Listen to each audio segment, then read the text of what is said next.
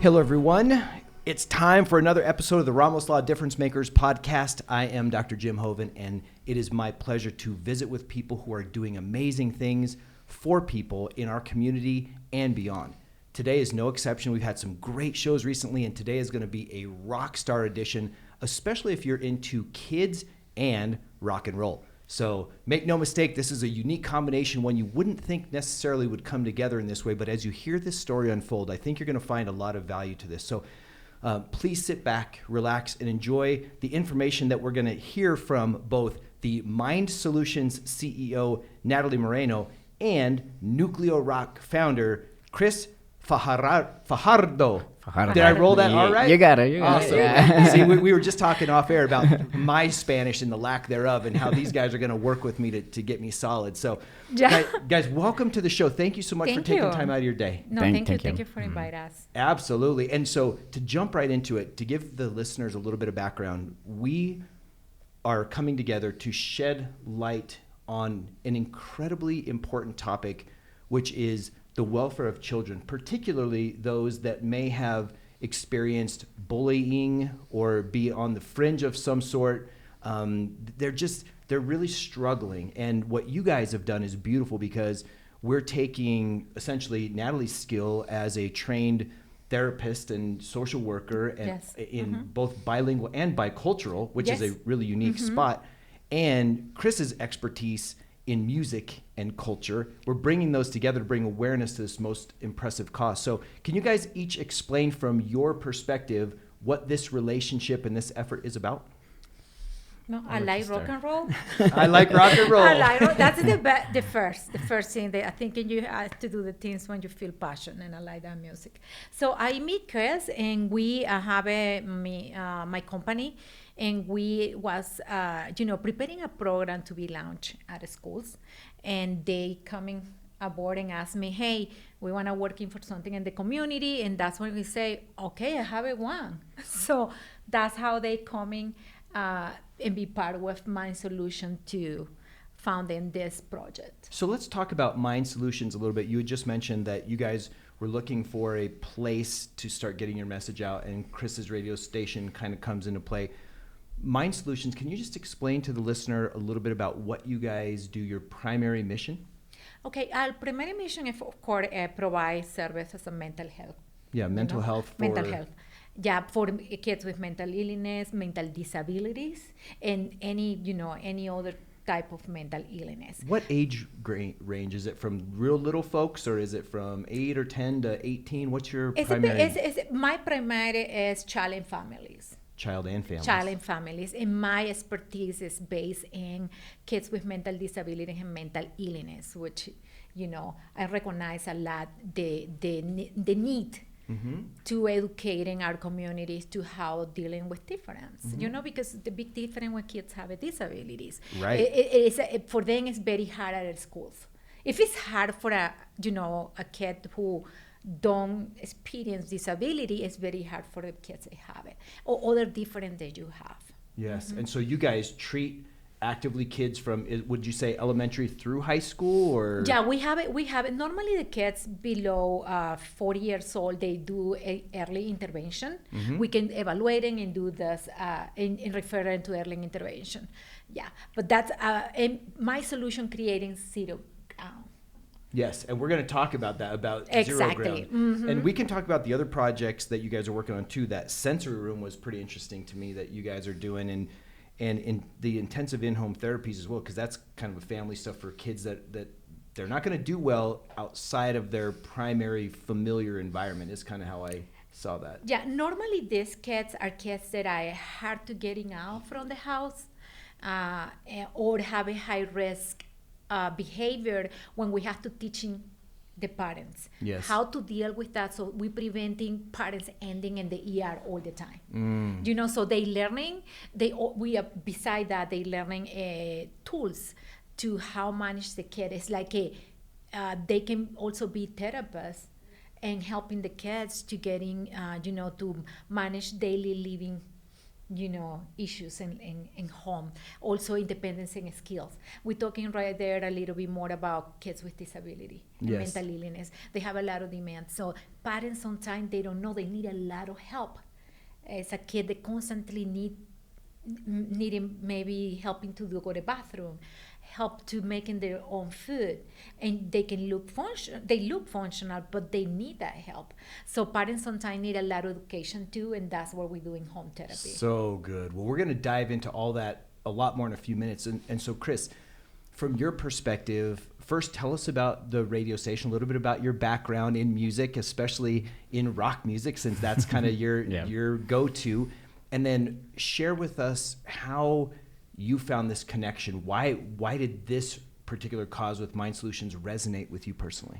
Yeah, well, first of all, thank you for the invitation. I appreciate it. Nuclear Rock started 2 years ago as a podcast, and we decided to do a radio station because we thought it was going to be probably better with our mission, which is to help local musicians. And when I say local, not just from Denver or from Colorado, but bands that are trying to come out and trying to share their music. Sometimes it's hard to get a platform where they can share their music with the people. So are you a musician? Yes. And so that's where maybe that could come from your heart, right? Like, man, how do we get our music out if you play? Because I would imagine if you didn't have that, it would be harder to necessarily connect with that thing of, oh, I'm going to help the new guy come up, because you don't think that way. But when you are the new guy, or you've been playing for 15 or 20 years and you're like, how do I get this done? Now you have a direct connection. So that's part of it. What do you play? I play guitar. Guitar is my main instrument. Yeah, and definitely I know how hard it is, especially up there. There is a study, they were saying that from 100 bands, only 3 will make it. So we were like, wow, those numbers are really, if you were probably trying to make a business and those are the odds, you probably would be like, nah, I'm not doing that. Yes, I'll pass. So for musician is the passion. We do it as a passion. We trying to probably most of us we trying to be a rock star at some point. So we were like, okay, somehow we're gonna try to help those musicians. Those the one are recording them, putting money in their bands. They're practicing, spending the time to make good music, original music. Mm-hmm. So we decided to do the radio station. As a radio station, we started 6 months ago. So far, so good. We've been growing every day, so we were very happy with that. And a way to celebrate that growing, it was way better than we expected. We were like, well, we're going to do a concert, but we're going to do it with a good cause. We're not just going to do a concert because we're not planning to make any profit out of the concert. So we're like, okay, let's find an organization, a foundation, someone that needs, need our help. Yes. With, money in general. That's right. Angels serving angels, right? Okay, no, that's amazing. Yeah, and we didn't. The reason we decided to go with an organization who works with kids and mental health problems is because we believe that's one of the biggest problems in our communities, and even when it comes to music and rock and roll. We suffer a lot the mental health problems when it comes to musicians kill themselves because they never got the right treatment or the right people at a good time, at the perfect time. But they pretty much spend their time playing music. Music was kind of their safe space, but they never got the help they need when they were kids. So now they ending going to addictions, alcohol, drugs, and ending killing themselves. We have several cases, very recent cases too.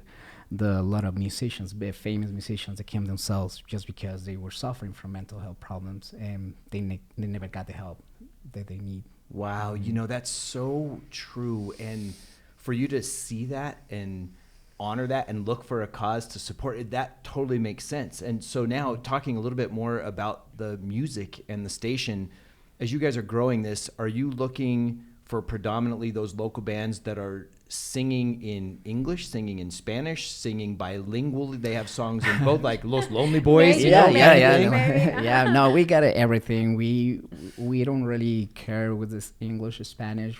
The only thing we normally ask the bands is like, make sure that you record your music is the quality is decent the way we can play on the radio.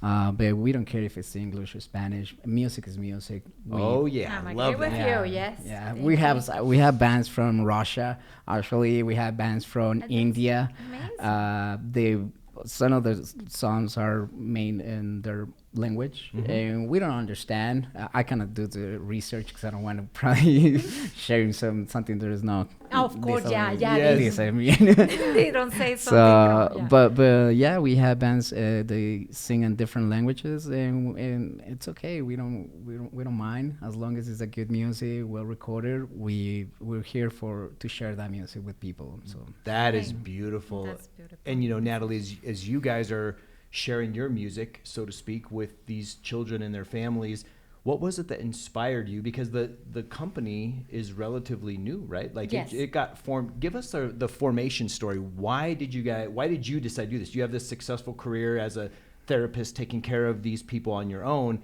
Now you decide to make this company, bring on more therapists, expand the offerings. Give us how this vision was kind of born. The vision was because I like to, when you're working with kids, you notice the change, the difference of generation, the way how they understand something, and how parents and adults like us we understand. So when I normally working with kids, I'm starting to see the thing change a lot from them. That the kids are teaching each other, or No. They change the values that they have about I see. gender, about race, about culture. So their values are evolving. Yeah, and it's changing. evolving. Technology being given to them a lot of information right now. So the amount of information also making them change and have a different point of view. So I see the parents trying to keep it up a bubble when the bubble is not exist anymore because of technology taking all this away, all these boundaries. So we need to teach parents to actually see what are the right boundaries for these kids. So when I decide to making this making this program is because I think we needed see different how therapy it is. So when I did the company, that gave me the freedom to change how therapy is. Like I normally having a kid in a couch with you talking or playing the floor. Okay, that is okay, but right now we need more for this kid. It's kids that don't want to be in the couch. Kids that don't want to play with me, but they want to go with me and having an ice cream and talking about their life. So bring that change, give me the freedom to have that change in adapting to every kid need of family. That's what I create in my solution. That is a beautiful thing. What an inspiring goal, and what a great foundation that it came from. I'm interested, as you're going through formulating this program, right? Out of your head, you're going through this thing. There's something that I read that you had said that was fascinating to me, and it happens to be in alignment with my personal values and belief system, is we got to drop the labels. Yes, We've got to drop the labels of I am this, you are that. And we are what we are, but we are human first. yeah. Right? And then after that, it's kind of like, then we are what we tell ourselves we are. Now, obviously, if you're 6 feet tall, you're 6 feet tall. Yeah. And if your skin color is white, black, brown, that is what it is. That is Correct. what it is. But other than those kinds of things, to say, I am smart, I am dumb, I am lazy, I am whatever, I think we got to be really careful with what comes after the words I am. Is that kind of where you fall in this label thing? Yeah, I think, and that was a research that I read a few days ago, just to, complete your message here. If we don't bring this change and if we're not taking this level out, we're not going to give you the chance or the opportunity to the youth or teenager or child creating something new. We're keeping inside to the bubble of culture. That's what you are and that's what you have to be. But we know now, and it's proof, that this level is not helping our generations right now. It's hate, is separation.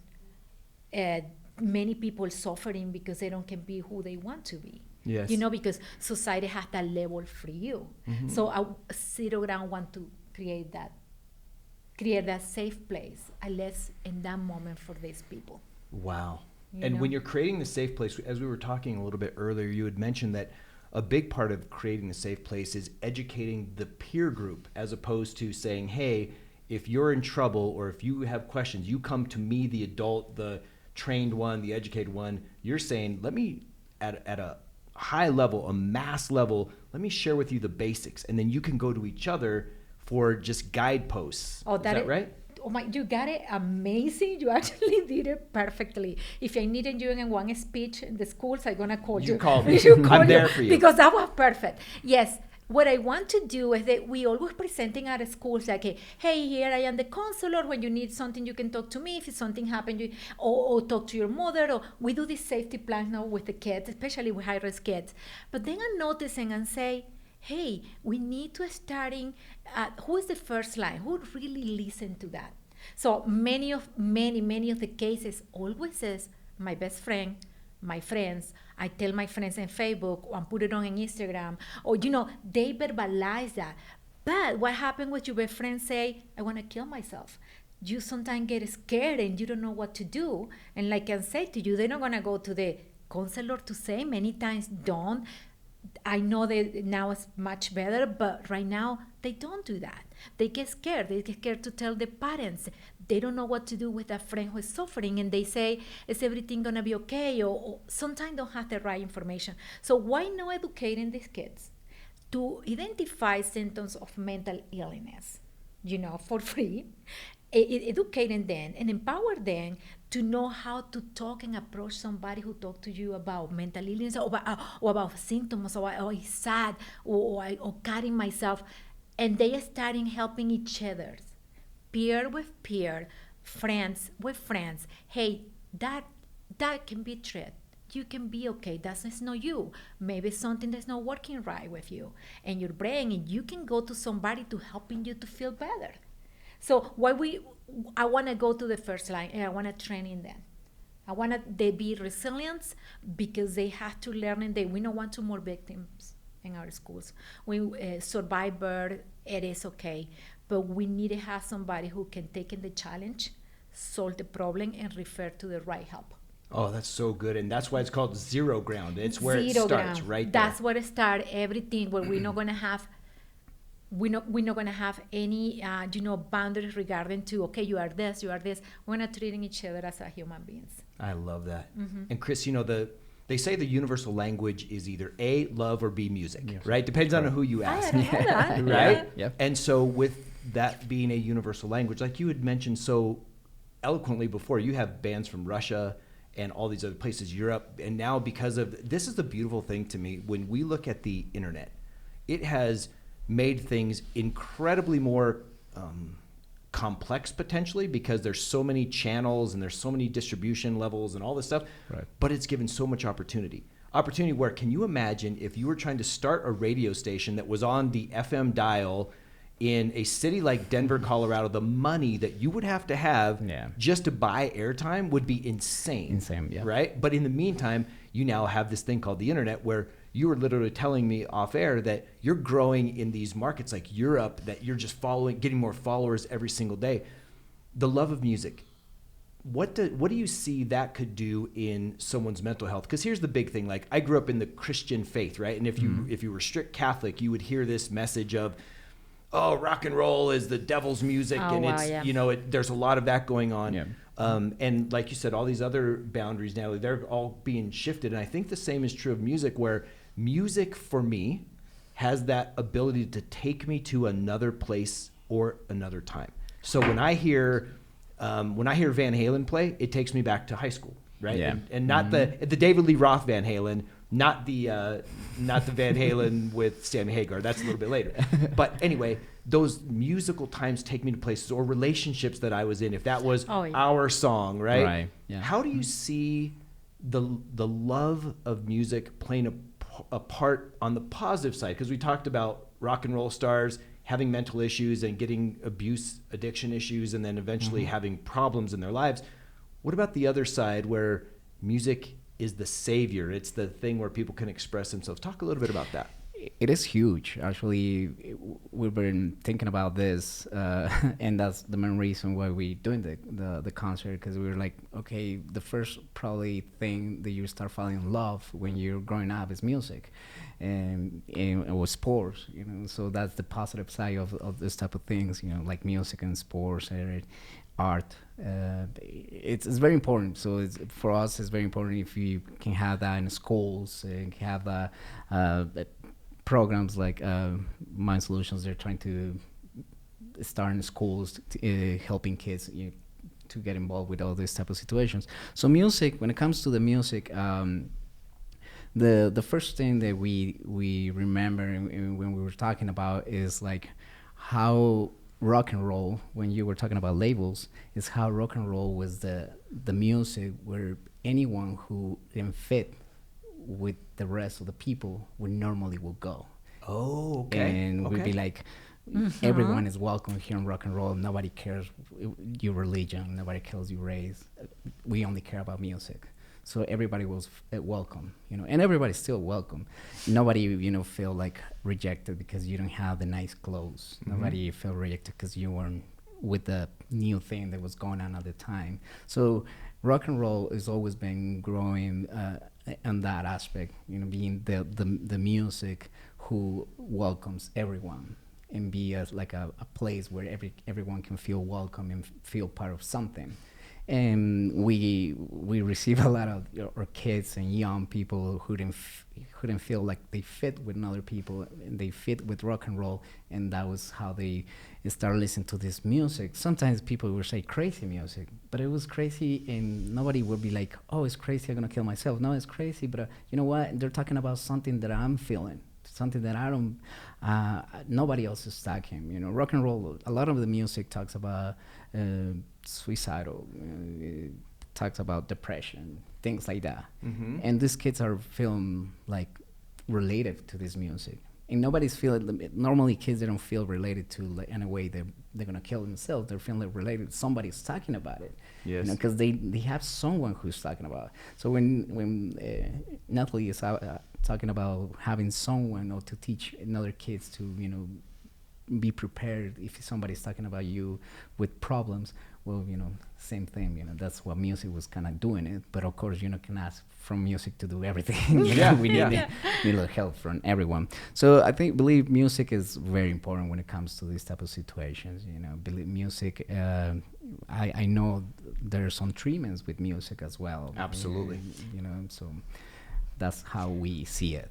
Yeah, and he's historically being actually related. You know, people that supposed to be having mental illness, you know, being a stigma, was a rock and roll, dark teenager. They were black and listened rock and roll. Yes. Yeah, it's relating to the stigma with the mental illness. Rock and roll actually for years, historically, and man evolution. You know why that's why we were black is because we didn't want to ask, like we didn't care about what you were wearing, you know, the clothes, the colors, anything like that. So they mean like, well, let's all wear black. So nobody cares like, you know, anything else. Yeah, you know, it's not a status thing of the colors or whatever. Brands, nobody cares if you buy $100 T-shirt or you have a $5 one. You know, it's black. Yes, that's all we care. You know, and the hair and the outfit they use it. You know, all the earrings and all that. It's like they show themselves, and rock and roll give it to them that kind of power. Yes. Yeah. Yes. Yeah, it does. Rock and roll kind of was born on that in the kind of revolution or being rebels against like the system. I'm not just talking about political system. You're talking about like, you know, like you had to be like this. Societal like, levels. why? You know, like yes. I want to be something else. I want to be different. You know, and rock and roll, the community of rock is like everybody's welcome here. We don't care whether you're like again, you know, if you have different religion beliefs or politics or race, we don't care. Just if you love music, you're my new brother. I love that. Yes. So good. You know, I've found music, most of the genres feel the same. There might be a couple that are outside of that window, but I would say most of them fall in that thing. Like, I never was into country music. Just wasn't my thing. And all of a sudden I started listening to this country music that had to do with beach stuff, like being by the ocean. Okay. And Kenny Chesney, Zach Brown Band. And I'm like, Yeah. I really like that message. And so then that whet my palate for listening to other types of country music. I still love my 80s rock and roll because I'm an 80s child, right? I'm an Right. 80s too. Yeah. So, Yep. I love that rock and roll. Yeah, so I love that. But when I see these other groups and they are welcoming, it just makes me happy. And so, I think that takes me to when you guys are looking at doing this joint venture together. Have you talked about a way where perhaps you could leverage the airways and the message together, where you might say, hey, listen, regardless of what you're going through, the music beats through all of us, but at the end of the day, if you're struggling with something, some of these messages were these artists who were trying to get out what they were feeling, and this was their only way, but they need something past that. So if you're getting this, please reach out for help. Tons of people now, mental health is a big thing. Michael Phelps, Yes. super world-class swimmer, that's his big initiative is mental health. Other people in government and this kind of thing. I think there's a good chance to leverage that. Have you guys talked about that at all? No. But we again, I think the way we ending connecting has been kind of nice because on my side is something that I was very interested in, mental illness, mental health problems, because we all know one person who suffers from depression, bipolar, so anxiety, phobias, all those type of things. So we all know one person. And again, being a big fan of music, I always said musicians being famous, rich, having everything, having families, and then ending killing themselves. Mm-hmm. And I'm like, why? You have everything, people love you, but you're still killing yourself. And then I'm like, okay, let's figure out what happens. And all the stories kind of go back to when they were kids and never getting that help. So we're like, okay, we're gonna do something about it. We're gonna find a ways to help. And the way we do is with music and having guests like Nathalye in our programs. We're talking about these type of issues. It's not the first podcast that we've done with talking about mental issues. We have several, and we always trying to keep people thinking about that. Yes. Talk about it. Beautiful. Mm-hmm.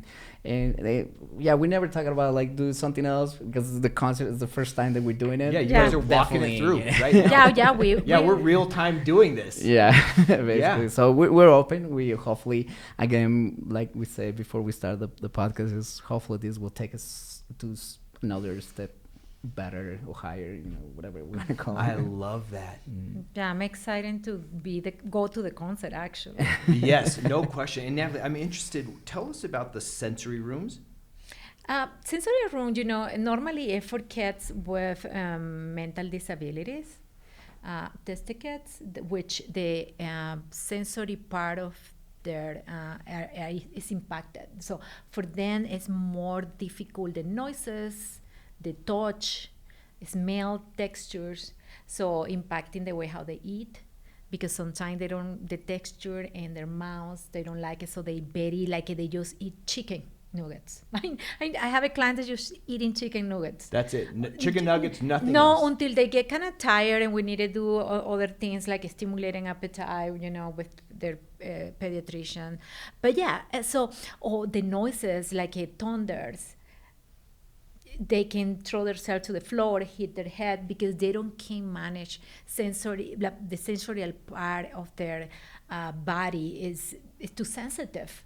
So they understand the world as a threat, pretty much. Because the you world's just imagine, very threatening. Yeah, the cognitive part which you sense are so they are they don't have a tolerance.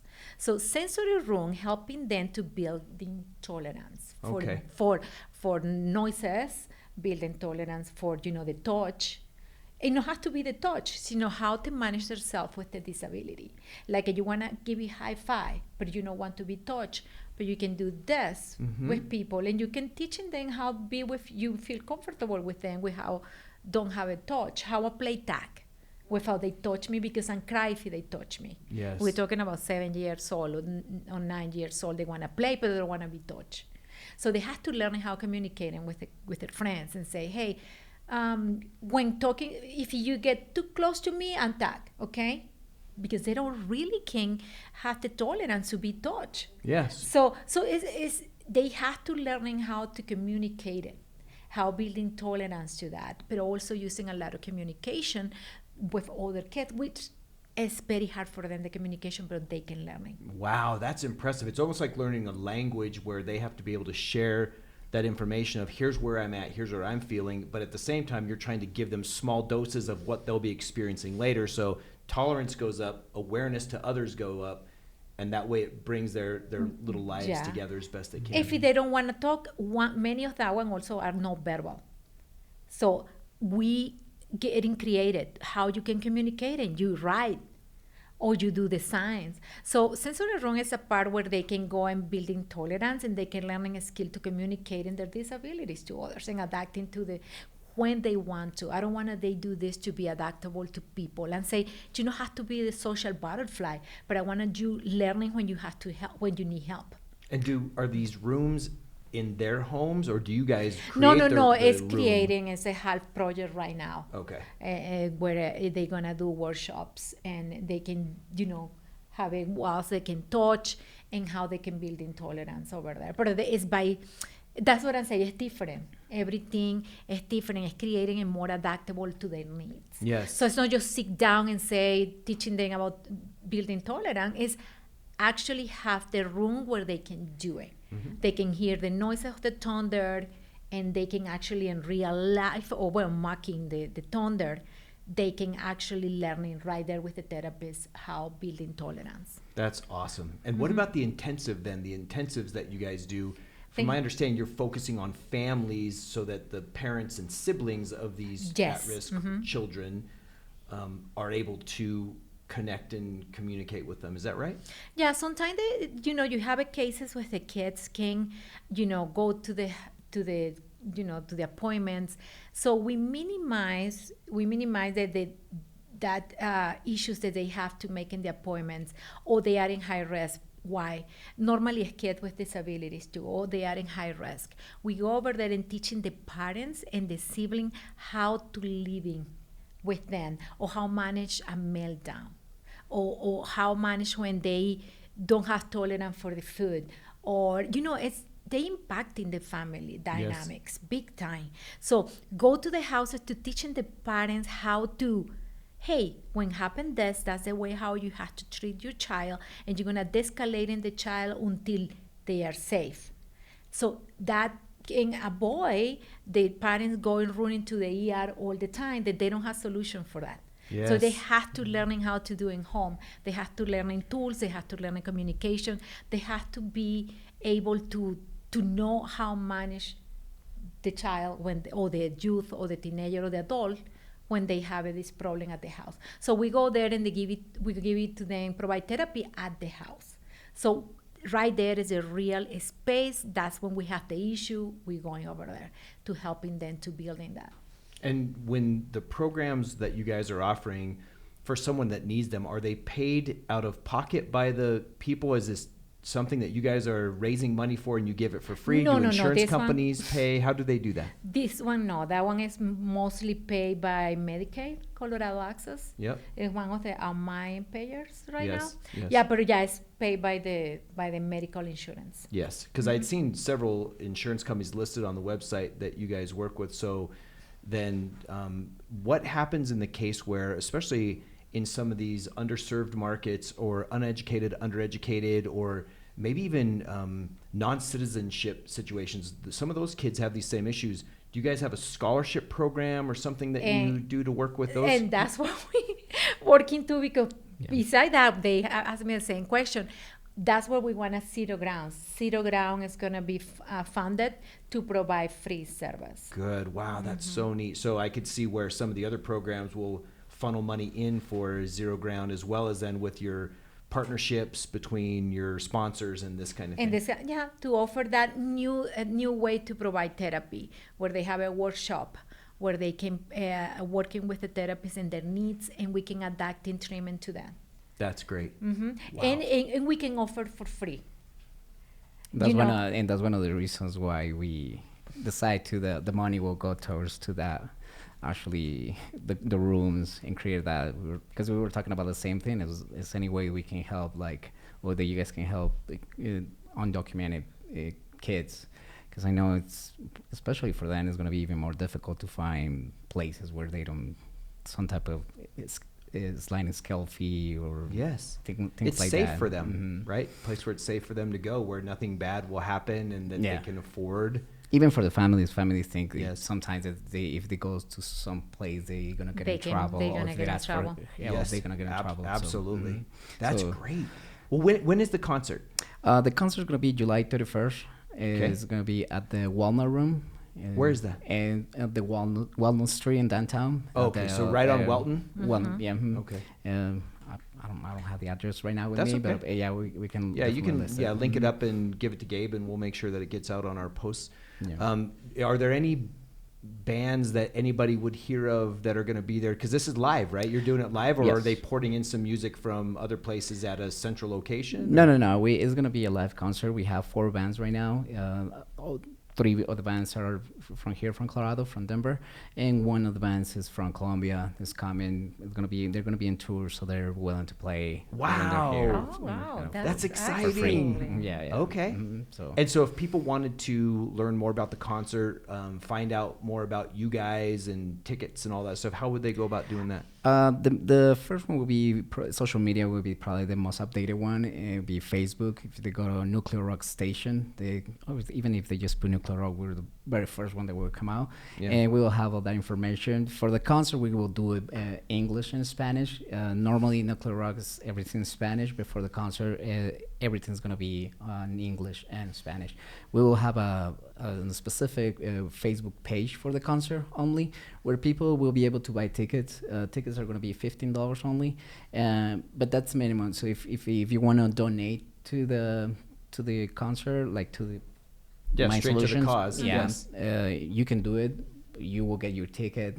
The minimum is $15, but you say, I'm gonna pay $20. Yes. Perfect. All that money is gonna go towards My Solutions. Oh wow, that's so good. That is so good, man. I'm so proud of you guys for. I thank you. Yeah. Yeah, isn't that awesome? Yeah. And so, how long will the concert be? It start at 8. It's 5 bands, probably will go all the way to 12 p.m. Okay. Now that we finally are back to normal, so I think we'll be able to go all the way to 12. Well, I'll tell you what, I would love to shift gears a little bit. We've talked a lot about what you guys are doing individually and collectively. Because we have a lot of people on the podcast who are friends of our company, Ramos Law, or who have become fans of the show for whatever reason, we have a lot of people that are either interested in business or doing a business. So now I want to turn things just a little bit to each of you and say, what were you thinking? And not in a bad way, but both of you started brand new businesses in and around COVID. And that takes a special sort of courage, of vision, of connection and commitment to be able to do that right now. So I'd like to get both of your origin stories on why did you choose to start a business? Because the vision is there, but why not express it another way than starting your own business? And how did you go about that? So that if other people have a dream like what you guys have, they have this passion inside them, that maybe they can get inspired from your story and start living their own dream. Yeah. I'll start. Mine basically is passion for music. I love rock, love the whole community, the rock and roll community. So I decided, because I started with a podcast, started before COVID, but I decided to do the radio station while in COVID. And was it because of the podcast? Did the podcast have anything to do with you deciding that was a leverage point that you just really enjoyed kind of being on the air, or was there any kind of transition that led to that? Yes. Actually, I love to talk to people. I love to just talk to people. that's what. And I love to listen to people. Yes, there you go. Yeah, he like to love and I like to listen to. Yeah, that's great. Same thing. It's to see with someone and just to hear the stories and to talk. That's one of the things that I love. So the podcast gave me the opportunity to meet different people, different musicians, different styles, and I was like, I love that music. But what about if we're not playing their music? We're just talking about their music. We were helping them, promoting those bands, but we didn't have the chance to in the program, on the podcast, to show their music. So like, why not do something else? Before the COVID, we were thinking about something else. We're doing something bigger with the podcast, but COVID came out and kind of destroyed all our plans. So we were like, well, we're stuck at home, so it's might as well let's do something else. And we're like, well, why not? Let's do a radio station. We're gonna promote all the local bands, or the ones that keep working through COVID. A lot of the bands find out ways to keep practicing, recording, coming out with albums. So we're like, well, let's give it a chance to those bands that they're not able to go and play live, playing venues because everything was closed, to have a spot where they can share the music, just different besides their own social media. So we're like, you know what, let's do it. You know, it's a lot of work. It's been hard. I'm not saying it's gonna be easy because it's not just sit and play music. It takes a lot of time and a lot of work, but it's fun. It's a fun ride, and when you love it, it's not that bad of work, is it? Yeah, no. People always think you work only 8 hours. No, not for me. Mine is more like 12 to 14 hours, but I love it. I don't regret any moment. So let me ask you this. I've thought about this over the last several months, and I've wondered. I have heard only 1 or 2 songs in my listening group that refer to COVID, that is part of it. But here was my thinking. It might very well be that in 10 years from now, there are some iconic songs that were written because of people's isolation, because of the changes, because of the loss, because of the gains, because of the family that they could now spend time with or not spend time with. And the thing I take it back to in music was when we were involved in some of these conflicts as a nation, whether it be Vietnam or whatever. Right. There was some really intense music that was put out that they were singing about the time that we still know every word to today, that it's still relevant, at least from a taste-wise. Have you seen any music come out that is direct result of COVID? Not yet. I don't think there's a lot of songs that are kind of talking about the COVID yet. I think they will come out soon. I know there's a lot of bands, they came out with albums through working through the COVID, and they release albums, but I don't think none of their songs were really related to the pandemic. But I believe it will come out sooner or later. One of the things that I'm kind of scared about is because the rates, suicidal rates through the pandemic, they were crazy. Were way high, especially in kids. So, and unfortunately, a lot of musicians they suffer from mental health problems. The way they communicate their pain is through music, through the lyrics. And I think that's probably something that we'll see maybe years later. There probably will be songs there, once we know the other side of the songs, they will be talking about like probably it was through the pandemic. I was depressed, and the abuse of alcohol and drugs because they were locked down. Yes. So I'm afraid that might happen. I hope no, but another good reason to do things like the things we're doing. Absolutely. And Nathalye, what about you? How did you decide to start a business different from what you were doing in the timing that you decided to start it? And it's very relevant what happened in COVID, because we as a first responder, because in that moment many people stay in the house. To me, my caseload went to the roof. They just waiting for me show up 1 hour a day to talk to their kids, to explain what happened with COVID, why can't get out. Many parents, many families have to kind of educate them and try say, hey, you can go outside, you can breathe, you're not going to have a COVID because you go outside with the kids. I have a kids that, self-harm themselves because the anxiety they see in the TV. And in that moment, this was a lot of education. So in that moment, coming another need was needed. And when I see the need, I see like, okay, this is my time. Here is when I can apply this vision that I have and try and bring that change for therapy that we needed. Because yes, the pandemic bring for us many changes, asking for many changes in our life. Yes. And that is when I say this is the time, and that's how I'm open mind solutions. I love it. I saw the need, I had the vision, put it on together, and here we are.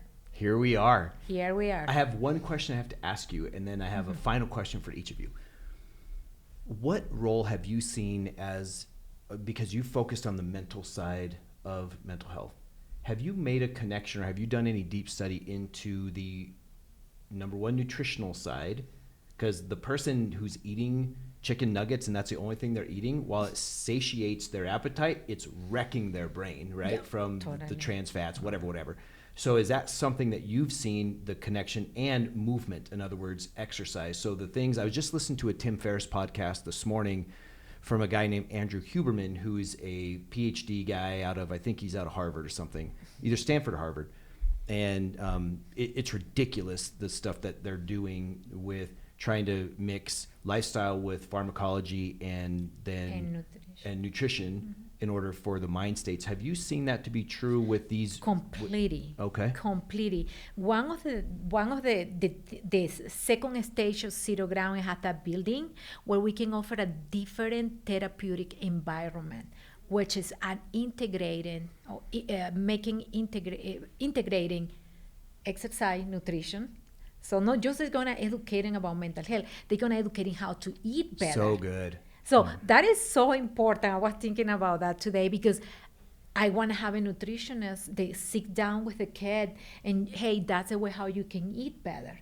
You know, we're not talking that in kids with disability, but the kids that want to go there for mental health, it's not just going to be sitting with a therapist or doing activities. They also have a classes about nutrition. They have a yoga, meditation, how able to stop their thoughts. Outstanding. So that's what I want. I want to change. I want to therapy change and evolve, and I'm bringing that change. You are being the change. I'm gonna bring the change. And I think that was sad through the COVID, through pandemic, and nobody talk about how important is exercise, how important is No, we're shutting nutrition. everything down. Take away all sports, take away all gyms, make fast food still open. We shut down every health food restaurant, but boy, you can still go get McDonald's right now. But nobody talk about nutrition being important to fight any illness. No, it's not just COVID. I mean, if you want to fight any cold, anything, your nutrition is primary. Yes. Oh man, that's so good to hear, and I'm glad the listeners got to hear that. So here's my final question for you guys. Each of you has done amazing things, and you're continuing to do amazing things. And so, we didn't get into your life stories and your backgrounds and your growing up in easy time, hard time, well supported, not supported. Has there been one piece of advice that each of you has either been given or learned along the way that has been pivotal and paramount into where you are and how you think right now? And if so, I would love for each of you to share that one piece of advice with our listeners. You ready? I have one. Mine actually, it was not to give up, even if it was really hard times, like being locked down at home. The COVID thing, it was not to give up, keep working, even if you wake up, because we all have those days where you don't want to do anything. And I believe that's normal. And I think we need to understand that that's okay to feel not okay every day. Yes. But to somehow find a way to, it's like, let's do it. Even if it's a bad day, get up and start working. And start working on yourself as well, not just the business. Start working on yourself, eating well, exercising, things like that. I love that. And that was one of the advices that I got from my mom. She was I have love advice mamas. for my mom. I love mamas. She always says like never give up. So that was the main one for me to go through this pandemic. Outstanding. Yeah, what I have mom, I have with that. Okay. I have my father. I think the best tool that he gave it to me was education.